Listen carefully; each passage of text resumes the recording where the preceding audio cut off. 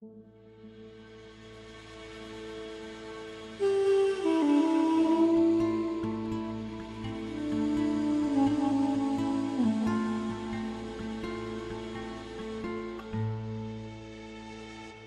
الله الرحمن الرحيم الحمد لله رب العالمين وصلى الله على سيدنا محمد وعلى آله وصحبه والتابعين وبعد أيها الملأ الكريم السلام عليكم ورحمة الله وبركاته. اليقين لا يزول بالشك. La certitude ne peut être dissipée par le doute. Nous parlerons aujourd'hui du doute qui intervient dans le domaine cultuel. Et là, nous avons deux types de doutes. Nous avons un doute qui intervient pendant le culte, alors que le culte est en phase d'accomplissement. L'exemple que donne la majorité des juristes est le suivant. Vous êtes en train d'accomplir Salat al-Dahr. C'est une prière avec 4 génuflexions, arba' raka'at. Certains disent 4 unités de prière. Je préfère traduire ruku' par génuflexion tout simplement. Vous êtes normalement à la 4e génuflexion, c'est-à-dire qu'il vous reste juste à faire votre tashahhud en position assise et votre prière est terminée.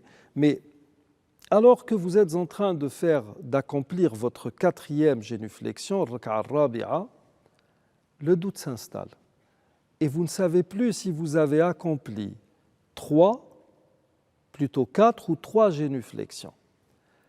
Là, le messager de Dieu, alayhi salatu wassalam, nous dit, si l'un de vous doute du nombre de génuflexions qu'il a accomplies,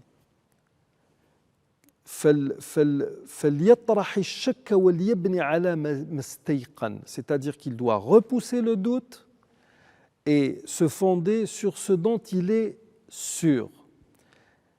Je ne sais pas si j'ai fait 4 ou 3 génuflexions, je prêche par excès, je me dis je n'en ai fait que 3 et je me relève au lieu d'aller vers tashahhud, je me relève pour en faire une 4e qui est peut-être la 5e génuflexion et après cela je procède à une réparation que nous appelons en langue arabe tarqi' dans le jargon des juristes.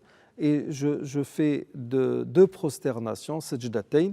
Bien sûr, là aussi, cette manière de réparer sa prière, elle diffère selon la compréhension des juristes des différents textes en la matière. Certains sont d'avis qu'on va faire sajdatayn sans tashahhud et sans taslim. D'autres disent que ces mêmes de prosternation vont intervenir toujours avant la prière, d'autres toujours après la prière. Pour l'école malékite, si vous faites quelque chose qui est en plus, vous procédez à votre réparation après le salut, ba'da taslim, sinon ça se fait avant. Cette différence, ou cette divergence plutôt en termes d'avis, fait aussi partie de cette ampleur de la religion.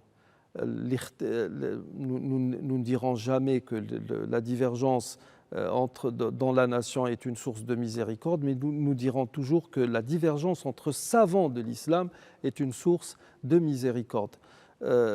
Si vous avez remarqué tout au long des émissions qui sont passées, nous sommes passés par un certain nombre de textes qui donnent lieu à différentes interprétations. Et concernant justement cette question de la prière, il y a divergence et les gens sont tenus tout simplement de suivre ce qui les met dans ce qui apaise leur cœur.